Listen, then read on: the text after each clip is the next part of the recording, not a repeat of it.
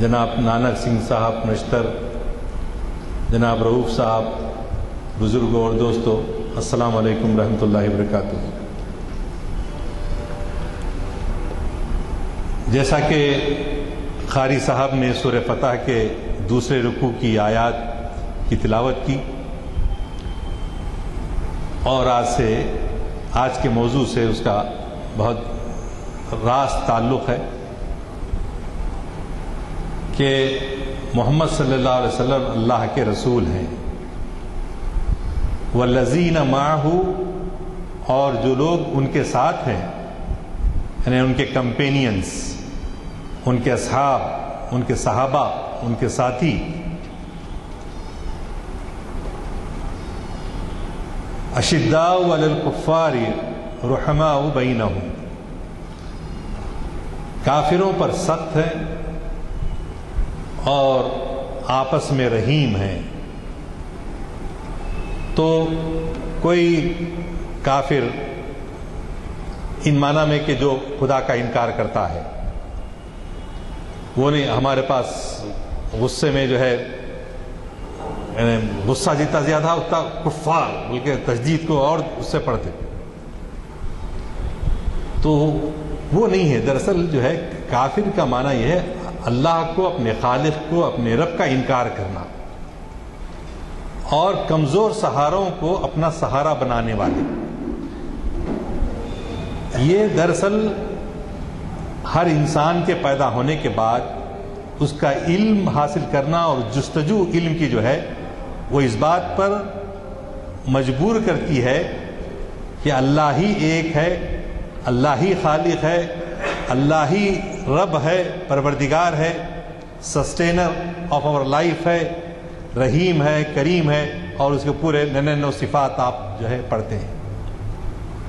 اور یہ اسلام کا بنیادی عقیدہ ہے۔ حضرت آدم علیہ السلام سے لے کر حضور اکرم صلی اللہ علیہ وسلم تک 1,24,000 یا ایک روایت کے مطابق 1,84,000 پیغمبر دنیا میں اللہ نے بھیجے، سب کا ایک ہی پیام رہا کہ اللہ ایک ہے، وحدہ لا شریک ہے۔ تو اب یہ ہے، یہ دور تو اب کوئی نبی آنے والا نہیں ہے، اور نبی آنے کی اقبال نے ایک بہت بڑی اچھی دلیل دی۔ اقبال نے کہا کہ نبی محمد رسول اللہ صلی اللہ علیہ وسلم خاتم النبیین ہیں، آخری نبی ہیں، اب کوئی نبی آنے والا نہیں۔ یعنی اس لیے اللہ میاں جو ہمارے پیدا کرنے والے ہیں، یہ کائنات کے پیدا کرنے والے ہیں، جیسا کہ وہ دوسرے رکوع میں آیا، دوسرے نہیں چوتھے رکوع میں سورہ بقرہ کے، کہ اللہ تعالیٰ فرماتا ہے وَإِذْ قَالَ رَبُّكَ لِلْمَلَائِكَةِ اسْجُدُوا لِلْمَلَائِكَةِ إِنِّي جَاعِلٌ فِي الْأَرْضِ خَلِيفَةً۔ تو جب فرشتوں کے سامنے اللہ نے کہا کہ میں اپنا ایک خلیفہ، اپنا نائب بنا رہا ہوں، اپنا ایک وائس رائے جو زمین میں بھیجا جائے گا، اور زمین میں جو ہے وہ ہماری نمائندگی کرے گا، ہمارا خلیفہ ہوگا، انی جاعل فی الارض خلیفہ، قالوا اتجعل فیہا من یفسد فیہا ویسفک الدماء۔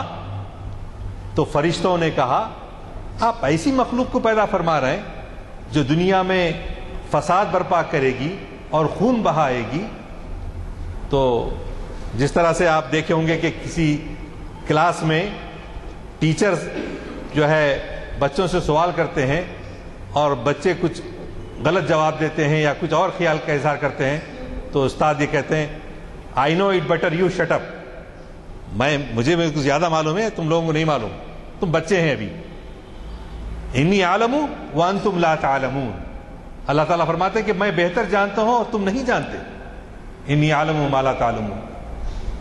تو اللہ میاں فرشتے بولے آپ ظاہر ہے ہم کو جتنا سمجھ میں آیا بولے ہم، تو پھر اللہ میاں کیا کرے، علم آدم الاسماء کلہا ثم عرضہم علی الملائکہ۔ انسان کو اللہ میاں جو ہے پوری دنیا کے بہت ساری چیزوں کے نام بتائے، علمہ اسماء آدم، اور نام سکھانے کے بعد فرشتوں سے بولے ذرا ان چیزوں کے نام تو بتاؤ، بہت ہی ڈرامائی انداز میں. تو فرشتے بولے ہمارے کو تو اتنا معلوم جتنا آپ بتائے، اس سے زیادہ ہم کو نہیں معلوم. قالو، اور انہوں نے کہا ہم اتنا ہی جانتے ہیں جتنا آپ نے ہم کو علم دیا. تو اللہ تعالیٰ کیا کرے، فوری آدم کو بولے وَعَلَّمَ آدَمَ الْأَسْمَاءَ كُلَّهَا ثُمَّ عَرَضَهُمْ عَلَى الْمَلَائِكَةِ فَقَالَ أَنبِئُونِي. اللہ میاں بولے اے آدم تم تو بتاؤ نام، انہوں تو نہیں بتا سکے، تم بتاؤ. تو آدم نے فر فر فر فر سب نام بنا دیے. تو اللہ میاں بولے فرشتوں سے میں تم کو بولا تھا نا کہ یہ جو ہے تم سے بہتر ہیں، کچھ جانتے ہیں، لہذا تم کیا کرو، اب ان کو سجدہ کرو. سجدہ کرنے کے لیے کہا تو سب لوگوں نے سجدہ کیا سوائے ایک شیطان کے. اس نے کہا نہیں، میں تو جو ہے آگ سے بنایا گیا ہوں، میں اس کو مسجود ملائک بنتے ہوئے دیکھنا نہیں چاہتا. انسان جو مسجود ملائک بن گیا، جس کو فرشتوں نے سجدہ کیا، کس بنیاد پر کیا؟ اس کے علم کی بنیاد پر کیا. قرآن کی اس آیت سے جو نتیجہ عرض کرنا چاہتا ہوں وہ یہ ہے کہ انسان کے علم کی وجہ سے وہ مسجود ملائک بن گیا، اور جس نے سجدہ کرنے سے انکار کیا وہ ہمیشہ کے لیے راندہ درگاہ کر دیا گیا، ہمیشہ کے لیے لعنت اس کے اوپر. کون؟ اللہ سبحانہ وتعالی. قرآن مجید کی آیت کا ترجمہ. تو انسان کا بہت بڑا مقام ہے. برترس گردوں مقام آدم است، اصل تہذیب احترام آدم است. تو انسان کا مقام جو ہے بہت بلند ہے، بشرطے کہ انسان اپنے مقام کو پہچانے، اور قرآن اس میں رہنمائی کر رہا ہے کہ تمہارا کیا مقام ہے. تو ہمارے کچھ لوگ بزرگ یہاں موجود ہیں جو میں سمجھتا ہوں عثمان علی خان کی سواری نکلتی تو دیکھتے تھے، ان کا سامنے جو ہے باڈی گارڈ یا اے ڈی سی جو بیٹھتے تھے تو بالکل ایسا کرسی پیچھے ہوتی سرکار کی، بلکہ ذرا سا ٹیڑھی کر کے بیٹھتے تھے، یعنی سرکار کو پیٹ نہیں دکھانا. بولے سرکار کو پیٹ نہیں دکھانا، بے عزتی ہو جاتی، توہین ہو جاتی. انگلی بھی نہیں بتانا، کاٹ دیتے تھے. تو یہ اپنے جیسے انسانوں کو غلام بنا لیا گیا تھا. لیکن آج ان کا احترام کدھر ہے، کیا ہے؟ آپ جانتے ہیں کیا انجام ہوا. تو اصل انسان تخت کی وجہ سے، پیسے کی وجہ سے نہیں پہچانا جاتا ہے.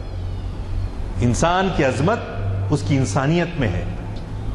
دوسرے انسانوں کا درد، ان کی تڑپ، ان کی تکلیف کا احساس، جو اپنے دل میں اگر کسی کے دل میں کوئی کانٹا چبھتا ہے جسم میں تو جو تکلیف محسوس ہوتی ہے، وہ دوسرے انسان کی تکلیف پر بھی وہ تڑپ اٹھنا، یہ انسانیت کا تقاضا ہے.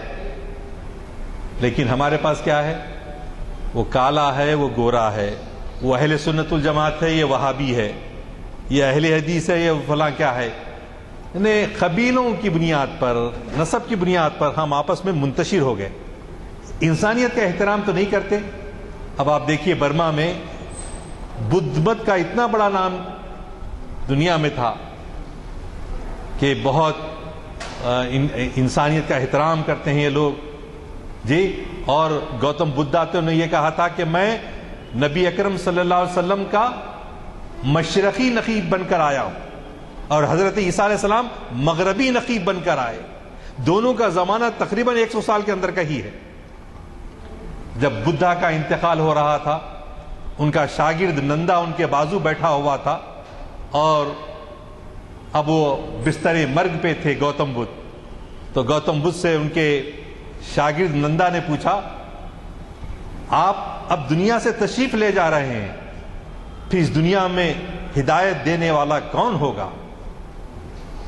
تو بدھا نے کہا وہ لاٹ ہیں، لاٹ. پہلے زمانے میں بڑے بڑے کتبے ہوتے تھے، اس کتبے پہ لکھا ہوا ہے یہ گوتم بدھا کے اقوال جو آخر ان کی موت سے پہلے کے ہیں، یہ لکھے گئے ہیں. انہوں نے کہا میں جانے کے لیے آیا تھا، جا رہا ہوں. ایک آنے والا آئے گا، ہمیشہ کے لیے آئے گا، اور اس کا نام تیریا ہوگا. تیریا کس کو کہتے ہیں؟ رحم والا، رحمت للعالمین. آنے کے لیے آئے گا، ہمیشہ کے لیے آئے گا، اور اس کا پیام آخرت تک کے لیے رہے گا۔ تو وہ کون تھے؟ وہ محمد رسول اللہ صلی اللہ علیہ وسلم کے آنے کی انہوں نے پیشن گوئی کر دی، گوتم بدھ نے۔ تو ایسے مذہب کی نمائندگی کرنے والے لوگ آج برما میں یعنی گاجر اور مولی کی تو بھی آسانی سے کاٹیں گے، لیکن انسانوں کو جو ہے کاٹ رہے ہیں، بے گھر کر رہے ہیں، حکومت ان کے ساتھ تائید کر رہی ہے، سمندر میں ان کو پھینکا جا رہا ہے، تھائی لینڈ کے ساحلوں پہ بھیجا جا رہا ہے۔ کہاں ہے انسانیت؟ انسانیت سسک رہی ہے، اور اس کے ذمہ دار حکومتیں، اغیار، غیر مسلم حکومتیں وغیرہ سب کے ساتھ ساتھ ہم بھی ہیں، ہم بھی ہیں۔ اس لیے کہ ہمارے بھی 60 سو کالڈ مسلم ریاستیں ہیں، حکومتیں ہیں، لیکن کیا ان کو انسانی بنیادوں پر کچھ مدد کرنے کا جذبہ؟ جی، اور ان کا قصور صرف یہ ہے کہ وہ اسلام کا نام لیتے ہیں، مسلمان کا نام لیتے ہیں۔ تو یہاں دنیا کو، فارن میڈیا کو تشدد نظر نہیں آتا، کہیں ٹیررزم نظر نہیں آتا، یہ کہیں کیا ہے؟ کیا المناک صورتحال ہے؟ وائے ناکامی متائے کارواں جاتا رہا، کارواں کے دل سے احساس زیاں جاتا رہا۔ ہم کو اپنے سود و زیاں کا احساس نہیں،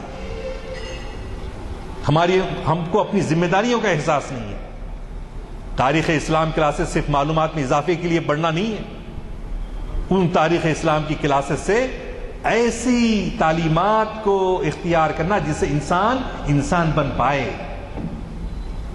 انسان بن پائے، یہی ہے کلام، اور کچھ یہی مقصد ہے۔ ورنہ صرف ہم سن رہے ہیں ہر نشست، کتابیں پڑھ رہے ہیں، لیکن کچھ اگر ہم تبدیل نہیں ہو رہے، کچھ دنیا میں اس کی وجہ سے بھلائی کو نہیں پھیلا سک رہے ہیں، تو پھر قرآن کی یہ ذمہ داری، کنتم خیر امۃ اخرجت للناس تأمرون بالمعروف وتنہون عن المنکر وتؤمنون باللہ، تو وہ ہماری ذمہ داری امت وسط ہونے کی حیثیت سے جو ہے وہ ہم کو بیدار کرتی ہے، اور ہم جو ہے ایسے ہی جو ہے جنت میں نہیں بھیج دیے جائیں گے کلمہ پڑھ لیے تھے بول کے، بولیں گے تم نے کیا کیا تڑپتی ہوئی انسانیت کے لیے۔ جی، انسان پہ ظلم کیا جا رہا تھا، مظلوم تھا، مظلوم انسان کو ظلم سے نجات کیوں نہیں دلائی؟ رسول اللہ صلی اللہ علیہ وسلم نے فرمایا، حدیث میں ہے، سب پڑھتے رہتے ہیں کیا؟ ظالم اور مظلوم کی مدد کرو۔ صحابہ نے پوچھا، اللہ رسول صلی اللہ علیہ وسلم، ہم کو مظلوم کی مدد تو سمجھ میں آتی ہے، کوئی زخمی ہو گیا، دلشد نگر کے پاس کے واقعے میں زخمی ہو گیا، اس کو لے جانا، دواخانے میں شریک کرانا، جی اس کی مرہم پٹی کرنا، اس کو پیسہ دینا، خرچہ دینا، یہ مظلوم کی مدد تو سمجھ میں آتی، لیکن ہم کو سمجھ میں نہیں کیا نہیں آتی، ظالم کی مدد سمجھ میں نہیں آتی۔ ظالم کی مدد سے کیا مراد ہے؟ تو اللہ کے رسول صلی اللہ علیہ وسلم نے فرمایا، ہمارے ماں باپ ان پہ سے قربان، کہ ظالم کو ظلم کرنے سے روکنا ظالم کی مدد کرنا ہے، ظالم کو ظلم کرنے سے روکنا۔ آج کہاں ہے؟ لوگ حق بات بولنے سے ڈرتے ہیں، کہاں پھنسنا بھئی، ارے زمانہ نہیں ہے باوا، چلو اللہ اللہ کرو، نماز پڑھو، گھر میں بیٹھو، ایزی اسلام جس میں کسی امتحان کی، کسی ابتلا کی، کسی آزمائش کی کوئی ضرورت نہ ہو۔ تو تمہید بہت لمبی ہو گئی، عنوان تو میرا حضرت ابو بکر صدیق رضی اللہ تعالیٰ عنہ ہے، میں اصل میں اس آیت کے میں آگے نکل گیا کہ والذین معہ اشداء علی الکفار رحماء بینہم، حضرت ابو بکر صدیق ان صحابہ میں سے ایک صحابی ہیں جن کا بہت اہم رول ہے۔ رسول اللہ صلی اللہ علیہ وسلم کے بعد وہاں کے معاشرے میں، عرب معاشرے میں سب سے زیادہ متقی، پرہیزگار، شجاع، شجیع، بہادر اور سب سے پہلے ایمان لانے والے، جن کا لقب حضرت صدیق، جن کا لقب عتیق، جن کو عتیق کے معنی کیا؟ آگ سے نجات دیا ہوا، جس کو آگ نہیں چھوئے گی۔ اس لیے کیا کہتے ہیں؟ رب بیت العتیق، طواف کرتے وقت دعا کرتے ہیں نا، بیت العتیق بول کے، آگ سے نجات دلانے والا گھر۔ تو عزیزان گرامی، حضرت ابوبکر صدیق رضی اللہ تعالیٰ عنہ حضور اکرم صلی اللہ علیہ وسلم سے عمر میں 2 سال 2 مہینے بڑے ہونے کی بھی روایتیں ہیں، بعض روایتوں میں ہے کہ آپ سرکار سے 2 سال 2 مہینے چھوٹے تھے، دونوں بھی کتابوں میں ہم کو ملتی۔ اور جب غار حرا سے رسول اللہ صلی اللہ علیہ وسلم آئے اور سب سے پہلی وحی نازل ہوئی، بی بی خدیجۃ الکبریٰ رضی اللہ تعالیٰ عنہا کو رسول اکرم صلی اللہ علیہ وسلم نے کہا زملونی زملونی، مجھے جھاڑا ہو رہا ہے، کمبل اڑاؤ کمبل اڑاؤ۔ تو پھر جواب آیا یا ایھا المزمل قم فانذر، یا ایھا المزمل، اے کملی اوڑھ کر سو جانے والے، اٹھو کھڑے ہو جاؤ۔ تو سب سے پہلے جب بی بی خدیجہ کو معلوم ہوا کہ اس طرح سے کیفیت طاری ہے، تو آپ نے کہا اللہ آپ کو پریشان نہیں کرے گا، آپ غریبوں کی مدد کرتے ہیں، جی بزرگوں کے ضعیفوں کا خیال کرتے ہیں، بیماروں کے لیے بیچے رہتے ہیں، ضرورت مندوں کے کام آتے ہیں، اللہ آپ کو کسی مصیبت میں نہیں ڈالے گا۔ ڈھارس دیتی ہیں بی بی خدیجہ۔ تو سب سے پہلے ایمان لانے والی ام المومنین بی بی خدیجہ رضی اللہ تعالیٰ۔ مردوں میں سب سے پہلے ایمان لانے والے حضرت ابوبکر صدیق رضی اللہ تعالیٰ۔ حضرت ابوبکر صدیق جس دن ایمان لائے اس دن ان کے پاس 40,000 درہم تھے ان کے پاس، اور اللہ کے رسول صلی اللہ علیہ وسلم کے مشن کو عام کرنے کے لیے، تبلیغ اسلام کے لیے آپ نے وہ 40,000 درہم حضور اکرم صلی اللہ علیہ وسلم کے حوالے کر دی۔ اس وقت کی اتنی بڑی رقم، جی، اور کہتے ہیں کہ میں نے اسلام سے پہلے بھی کبھی شراب نہیں پی، کیونکہ شراب پینے والے کے برتاؤ میں مروت باقی نہیں رہی تھی۔ حضرت ابوبکر صدیق کے الفاظ ہیں یہ کہ اس سے مروت ختم ہو جاتی ہے۔ تو کبھی حضرت ابوبکر صدیق نے اسلام سے پہلے بھی کبھی شراب کو ہاتھ نہیں لگایا اور اسلام قبول کیے۔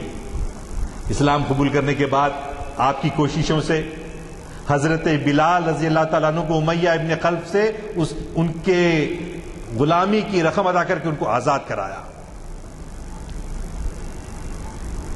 اور 40,000 درہم اس وقت دے دیے۔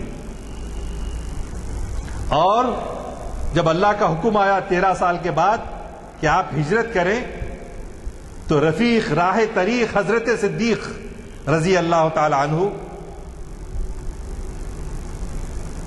کی معیت میں آپ مکے سے مدینے کی راہ لیتے ہیں، تو پہلی منزل غار ثور آتی ہے۔ غار ثور مدینے کی سمت میں نہیں ہے، اسٹریٹجیکلی تاکہ دشمن کو چوکنا رہنے سے بچایا جا سکے، آپ جو ہے مشرقی سمت کی طرف سے سفر کرتے ہیں۔ غار ثور کو اگر آپ دیکھیں جو تقریباً 3 کلومیٹر کے فاصلے پر ہے کعبۃ اللہ شریف سے، وہاں پر منزل پہنچ گئے، اور حضرت ابوبکر صدیق 3 دن وہاں پر رات دن قیام رہا۔ دشمن قریب پہنچا تو حضرت ابوبکر صدیق کیا کیے، غار کے نشان کو بند کرنے کے لیے اپنے پیر کو وہاں پر رکھ دیا، سانپ ان کے پیر کو ڈس لیا۔ رسول اللہ صلی اللہ علیہ وسلم آپ کی مانڈی مبارک پر محو آرام تھے کہ زخم چڑھ گیا، شرابور ہوئے، پسینے کے قطرے روئے انور پر گرے، تو رسول اللہ صلی اللہ علیہ وسلم کی نیند بیدار ہوئی. اے ابو بکر پریشان معلوم ہوتے کیا بات ہے؟ سرکار دشمن قریب آ پہنچا ہے اور حالت سانپ کے کاٹنے سے یہ ہو گئی ہے. تو لبے دہن جو ہے لعاب آپ کے منہ مبارک سے لگایا گیا, زہر اتر گیا اور آپ نے کہا لا تحزن ان اللہ معنا. سورہ توبہ کی آیتیں اگر آپ پڑھیں گے اس کے اندر یہ واقعہ ہے, لا تحزن, آپ رنجیدہ مت ہوئیے, حزن و ملال کی کوئی بات نہیں ہے, پورے اعتماد اور یقین کے ساتھ اللہ ہمارے ساتھ ہے. تو عزیزان گرامی, اس یقین کے ساتھ رسول اللہ صلی اللہ علیہ وسلم کہ مائیت الہی کا احساس یہ وہ واقعہ ہے کہ کسی بھی مصیبت کے وقت, کسی بھی امتحان کے وقت آدمی اگر اس واقعے کو یاد کرے تو اس کو جو ہے بڑی ڈھارس ملتی ہے, بشرطے کہ وہ اعتماد, وہ یقین علی اللہ, وہ توکل علی اللہ وہ پورا ہونا چاہیے. کیا اللہ ہمارے ساتھ ہے, اللہ کی معیت ہمارے ساتھ ہے. تو اللہ حقیقت میں کہا ہے, وہ ہماری جگولر وین سے قریب ہے. نحن اقرب من حبل الورید, آپ کی حبل ورید سے ہم قریب ہیں. اللہ تعالیٰ جب فرماتے ہیں تو اس پر وہ ایمان بھی ہونا چاہیے, وہ یقین ہونا چاہیے. وہ یقین جب ہوگا تو تبھی اللہ کی نصرت اور اس کی مدد آتی ہے. تو چنانچہ دشمن چلا گیا, دشمن کو پتہ نہیں چلا, اور وہاں سے حضرت ابو بکر صدیق رضی اللہ تعالیٰ عنہ نے پہلے سے ہجرت کے لیے اونٹنی تیار رکھی تھی, کیونکہ حضور نے ان کو پہلے سے بتا دیا تھا کہ ایسا سفر کرنا ہے, ہجرت کرنا ہے. تو آپ اپنی اونٹنی کے ساتھ ایک رہبر اور گائیڈ کو بھی ساتھ کیا تھا جو غیر مسلم تھا. آگے بڑھتے ہیں. آگے بڑھنے کے بعد 3 دن کے بعد جب سفر کا آغاز ہوا تو سراقہ بن جاشم انعامات کے لالچ میں تلاش میں نکلا ہوا تھا, کدھر ہے, پکڑ کے لائیں گے محمد صلی اللہ علیہ وسلم. اور ادھر امانت کے بستر پہ آرام کون فرما رہے ہیں؟ حضرت علی کرم اللہ وجہہ. کیسے ایک سے ایک بہادر, صرف ایسی شجاعت کہ ہمیشہ ہمیشہ کے لیے ہمارے لیے نمونہ ہے. آرام کے ساتھ بستر پر آرام فرمائے. دشمن صبح میں دار الندوہ سے نکل کر دیکھ رہا ہے کہاں ہے محمد صلی اللہ علیہ وسلم. تو یہ پلاننگ, یہ اسٹریٹجی اللہ میں اگر چاہتے تو سب چیز, اگر سونا ہے تو سب سونا رکھ دیتے, پوری دنیا کو سونا بنا دیتے, کیا ہو جاتا. اصل چیز انسانیت ہے. درد دل کے واسطے پیدا کیا انسان کو, ورنہ کچھ کم نہ تھی اطاعت کے لیے کرو بیاں. تو عزیزان گرامی, سراقہ بن جاشم تعاقب میں ہے, اور جیسے قریب پہنچتا ہے رسالت مآب صلی اللہ علیہ وسلم اور حضرت ابوبکر صدیق کے, تو ریت میں اس گھوڑے کے پیر دھس جاتے ہیں. تو اس زمانے میں عربوں کو جو ہے وہ فال نکالنے کا بڑا اس پہ یقین ہوتا تھا, فال نکال دیتے. تو اس نے تیر پھینک کے اپنے پانسے سے اندازہ لگایا کہ نہیں, یہ کچھ ایسی قوت ہے جس سے مجھے بچنا چاہیے. تو ارادہ دل میں کر لیتا ہے کہ میں واپس چلا جاؤں گا. تو چنانچہ وہ واپس جاتا ہے. پھر خیال آتا ہے کہ ہو سکتا ہے میں غلط یہاں تک قریب آ چکا ہوں اور 1000 سرخ اونٹ ملنے والے ہیں. اس زمانے کے مرسیڈیز ایک سرخ اونٹ بولے تو اس کے لیے پھر ان لالچ میں جو ہے دوبارہ پلٹا. نیت خراب ہونا ہی تھی, پھر پیر دھس گئے. تو دوسری مرتبہ, تیسری مرتبہ ایسا ہی ہوا. تو اس نے کہا نہیں, یہ کوئی بڑی قوت ہے, یہ ایسا ویسا معاملہ نہیں ہے. تو اس نے, اس کا ذہن رسا اس بات کو بھانپ لیتا ہے اور رسول اللہ صلی اللہ علیہ وسلم سے گزارش کرتا ہے، اے اللہ کے رسول، جب کل آپ سلطان عرب بن جائیں گے تو مجھے معافی نامہ لکھ دیجئے، کل کے روز میرے سے باز پرس نہیں کرنا۔ اللہ اکبر، اللہ اکبر۔ سراخا کی آنکھیں دیکھ رہی تھی کہ آج بے یار و مددگار یتیم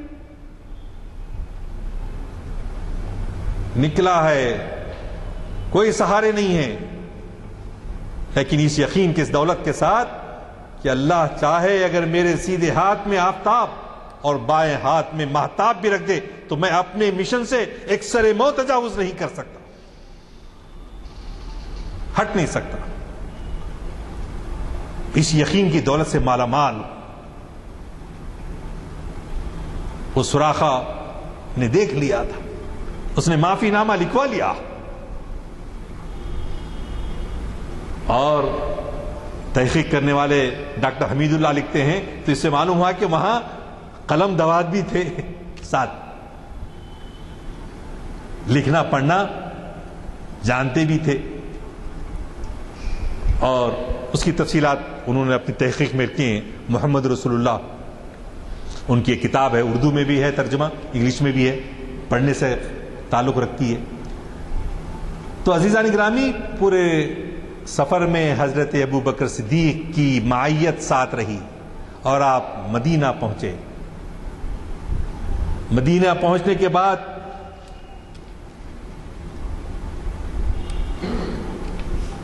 جب 10 سال پورے ہوئے، نبوت کا پیریڈ مکمل ہوا اور حجۃ الوداع ہوا، حجۃ الوداع ہونے کے بعد جب سورہ اذا جاء نصر اللہ ابھی نازل ہوئی تو حضرت ابو بکر صدیق سمجھ گئے تھے کہ اب اللہ کے رسول اب اس دنیا سے پردہ فرمانے والے ہیں۔ کیوں؟ آپ سے زیادہ کوئی اور مزاج رسول سے واقف نہیں تھا، اتنی قربت تھی۔ یقیناً آپ کو حضرت علی عزیز تھے، سب صحابہ عزیز تھے، حسن و حسین عزیز تھے، لیکن ایک عمر کا بھی جو تقاضا ہوتا ہے، دوستی کا بھی جو تقاضا ہوتا ہے، اور جب بی بی خدیجہ انتقال کر گئیں تو حضرت ابوبکر صدیق نے اپنی بیٹی کو آپ صلی اللہ علیہ وسلم کی زوجیت میں دیا، یہ شرف حاصل ہوا، آپ کے خسر بنے، ہجرت کے سفر میں ساتھ رہے، اور آپ نے کہا کہ میں ابو بکر کا احسان ادا نہیں کر سکتا۔ اللہ اکبر۔ رسول اللہ صلی اللہ علیہ وسلم فرماتے ہیں میں ابو بکر کے احسانات کا بدلہ نہیں چکا سکتا، ساروں کے میں نے احسانات ادا کیے ہیں لیکن ان کا مجھ پر اتنا احسان ہے، اللہ ہی ان کو عطا کرنے والا ہے، آپ اندازہ لگائیں۔ تو حضرت ابو بکر صدیق رضی اللہ تعالی عنہ کی سخاوت، ان کی شجاعت، ان کا علم، ان کی وزڈم، بہت سارے واقعات میں آپ دیکھیں گے تاریخ اسلام میں، آپ کی سیرت میں، تو بڑی حیرت کی بات ہو جاتی ہے۔ حضور اکرم صلی اللہ علیہ وسلم وصال فرما رہے ہیں، جی رفیق اعلیٰ سے مل چکے ہیں صلی اللہ علیہ وسلم، اور مدینے سے آئے ہوئے، مکے سے آئے ہوئے مہاجر اکثر کہاں رہتے تھے؟ گنبد خضرا کے اطراف آس پاس ہی رہتے تھے، انصار ذرا دور رہتے تھے۔ انصار میں اس زمانے کے جو لیڈر تھے، 2 قبیلے تھے، ایک اوس، ایک خزرج۔ خزرج کا قبیلہ اوس کے مقابلے میں زیادہ مالدار، زیادہ ریسورسفل، اور ان کے لیڈر کون سمجھے جاتے؟ سعد بن عبادہ رضی اللہ تعالیٰ عنہ۔ ہمارے نعیم اللہ شریف صاحب بیٹھے ہوئے ہیں، اور بھی جو لوگ مدینہ گئے دیکھے ہیں کہ مسجد نبوی صلی اللہ علیہ وسلم اب جو ہے وہاں سے اگر بس اسٹینڈ کی طرف جائیں گے، اب تو پورے بڑے بڑے بلڈنگیں اور وہ بھی گرانے والے ہیں،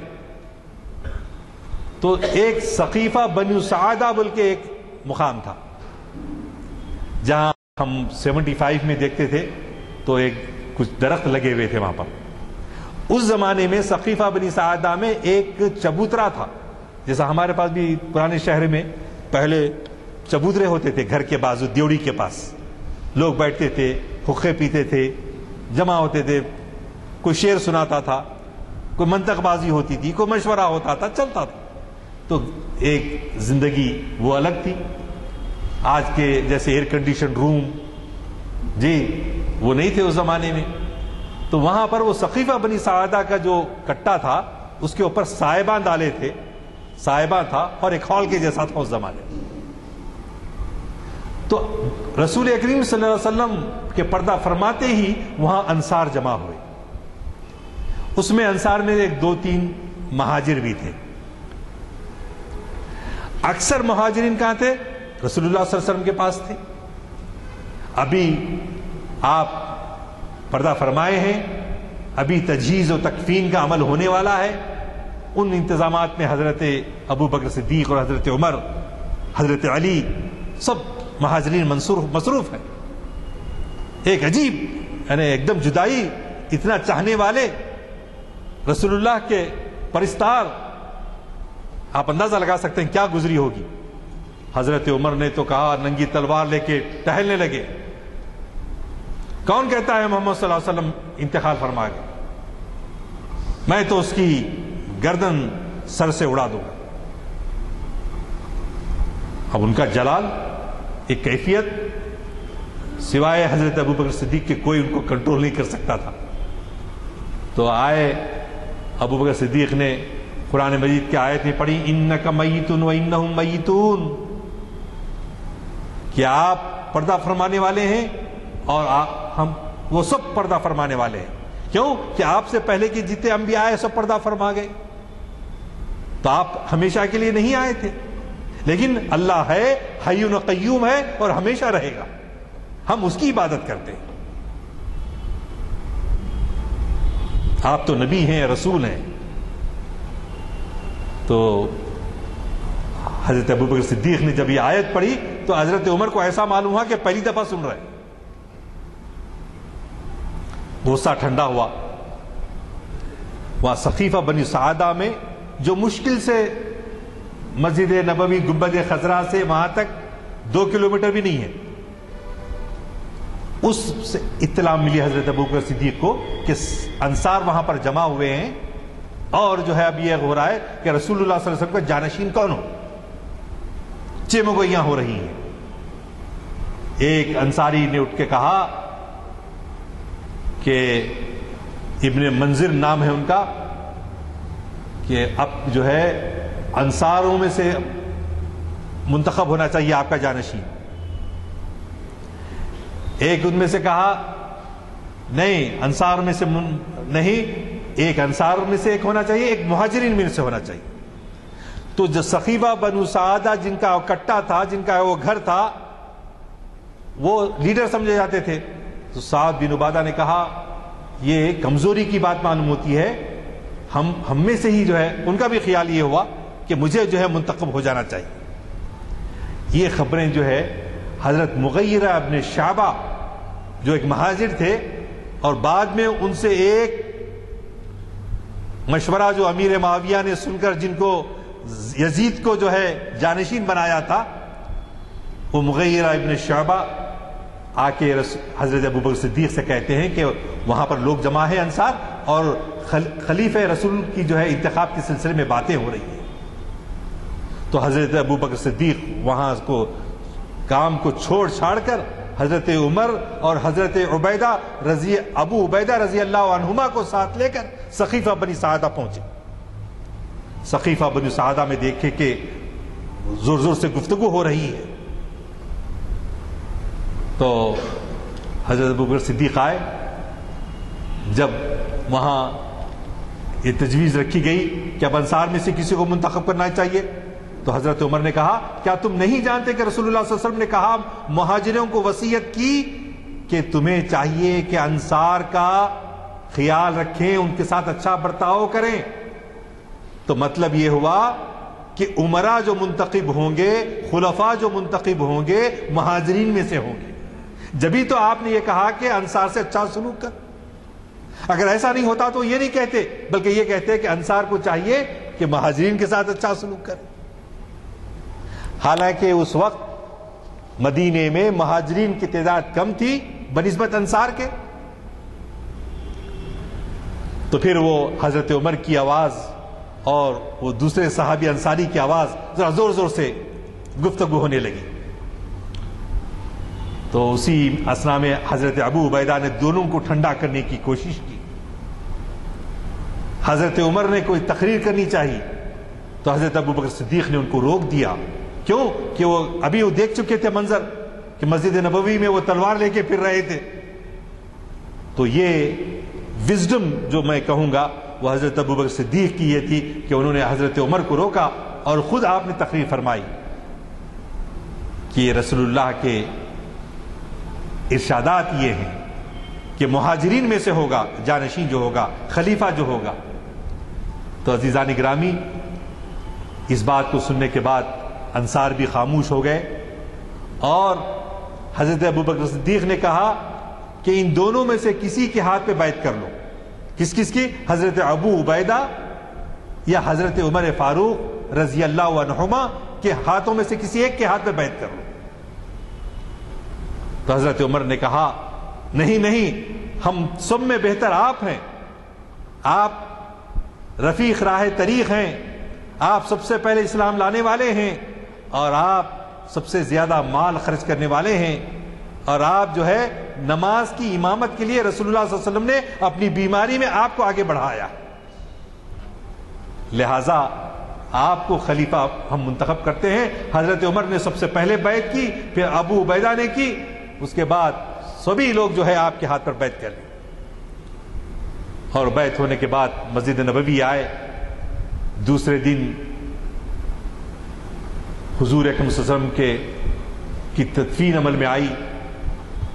آنے کے بعد سارا دن 33,000 لوگ حضرت ابو بکر صدیق کے ہاتھ پہ بیعت کیے، 33,000۔ اور بیعت سعد بن عبادہ نے اسی دن بیعت کی، لیکن کچھ گھنٹوں کے بعد، کچھ سوچا ہوگا انہوں نے، اس کے بعد انہوں نے بھی بیعت کر لی۔ انصار سب بیعت کر لی، لیکن حضرت علی رضی اللہ تعالیٰ عنہ نے، حضرت طلحہ، حضرت زبیر ابن عوام، انہوں نے 40 دن کے بعد بیعت کی۔ 40 دن کے بعد بیعت کرنے سے پہلے حضرت علی آئے حضرت ابوبکر صدیق کے پاس، ہم آپ کی بزرگی کو تسلیم کرتے ہیں، آپ کی قربانیوں کو اور آپ کے جانشین حق بجانب ہونے کو ہم مانتے ہیں، لیکن مجھے اس بات کا رنج ہے کہ آپ نے سقیفہ بنو سعدہ جب گئے تو مشورے میں ہم کو شریک نہیں کیا آپ نے۔ اگر آپ ہم کو مشورے میں شریک کرتے تو یقیناً ہم آپ کی ہاتھ پہ خلافت پہ بیعت کرتے۔ تو حضرت ابوبکر صدیق نے ساری باتیں سمجھائیں کہ تم تو حجرۃ النبی میں تھے، قریب تھے، اور وہاں یہ صورتحال تھی، اگر اس نازک صورتحال پہ میں قابو نہ پاتا تو نہ معلوم کہ پھر انصار و مہاجرین کے اندر خون ریزی ہو جاتی۔ تو حکمت کا یہ تقاضا تھا، تو حضرت علی رضی اللہ تعالیٰ عنہ مطمئن ہو گئے، اور پھر تینوں بڑے صحابہ حضرت عبداللہ بن زبیر، حضرت ابو زبیر اور حضرت طلحہ رضی اللہ عنہما نے بھی بیعت کر لی۔ تو برادران عزیز، حضرت ابوبکر صدیق کی حکمت عملی کی وجہ سے آج ہم میں سے ایک ایسا گروپ بھی ہے جو یہ کہتا ہے کہ حضرت علی کو منتخب خلیفہ ہونا چاہیے تھا، خاندان کی حیثیت سے ہونا چاہیے۔ لیکن سوال یہ پیدا ہوتا ہے کہ تاریخ کی بہت ساری اہم روایتوں سے یہ بات سامنے آتی ہے کہ حضرت علی نے کبھی اعتراض نہیں کیا۔ اور دوسری اہم بات یہ کہ جو باتیں تاریخ کا ایک حصہ بن گئیں، اب آج تک اگر ہم اس پہ گفتگو کرتے بیٹھ کے اگر اختلاف کریں تو کیا فائدہ، اس سے کیا فائدہ حاصل ہوگا؟ ہونا تو یہ چاہیے کہ ہم کو مقصد کیا تھا اسلام کے آنے کا۔ اللہ میاں کل کے روز یہ پوچھنے والے نہیں ہیں تم حضرت ابو بکر پہ ایمان رکھتے ہیں کہ حضرت علی پہ رکھتے ہیں، اللہ میاں یہ سوال تو پوچھنے والے ہم سے تو نہیں ہوگا۔ تو ضرورت اس بات کی ہے کہ ہم اپنی سنسیئرٹی سے حق کی تلاش صدق دلی سے کریں تو انشاءاللہ تعالی اللہ ہماری رہنمائی کرے گا اور ہم میں پائے جانے والے اختلافات دور ہوں گے. اور حضرت ابوبکر صدیق کے مرتبے کے لحاظ سے آپ کا ایثار و قربانی کا جو جذبہ تھا، ایسے ہی آپ کو یہ مقام اللہ نے نہیں عطا فرمایا. آپ غزوہ تبوک کا موقع ہے اور گرما کا سخت موسم ہے. تبوک کی گرمی آج بھی شدید ہوتی ہے اور جنگ کے لیے ساز و سامان جمع کیا جا رہا ہے. حضرت عمر کی خواہش رہتی تھی کہ میں کبھی تو بھی حضرت ابوبکر سے آگے بڑھ جانا.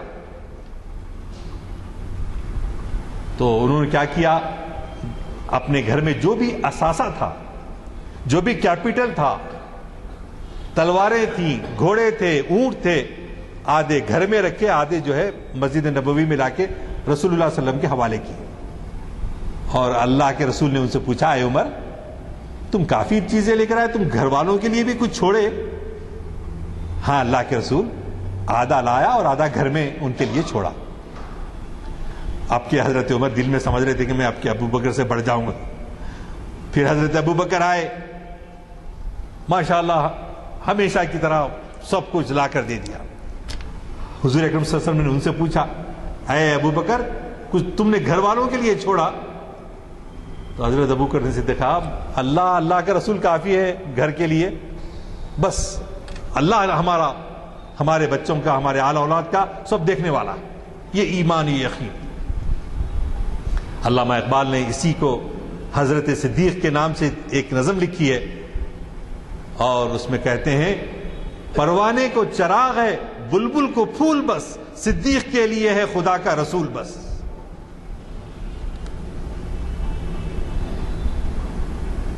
تو یہ سپردگی، سب کچھ ایثار و قربانی کرنے کا جذبہ.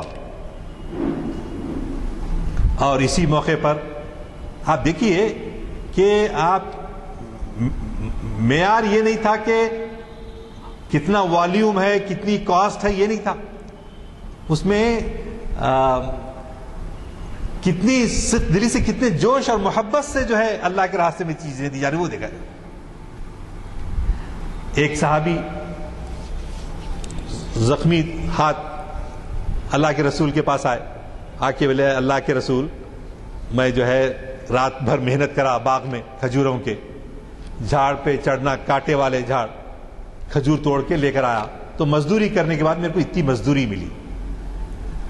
اللہ کے رسول نے ان کے ہاتھوں کو بوسہ دیا.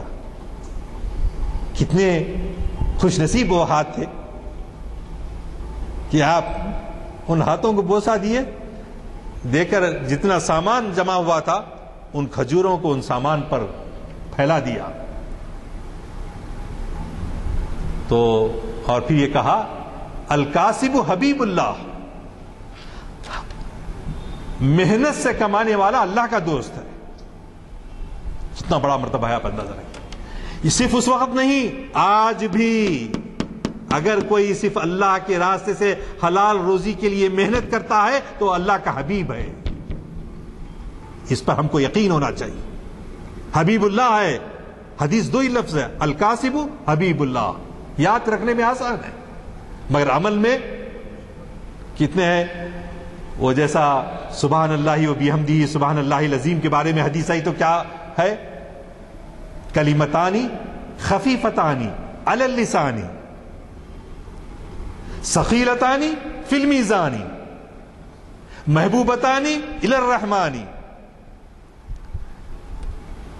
دو ہی الفاظ ہیں، سبحان اللہ و بحمدہ سبحان اللہ العظیم.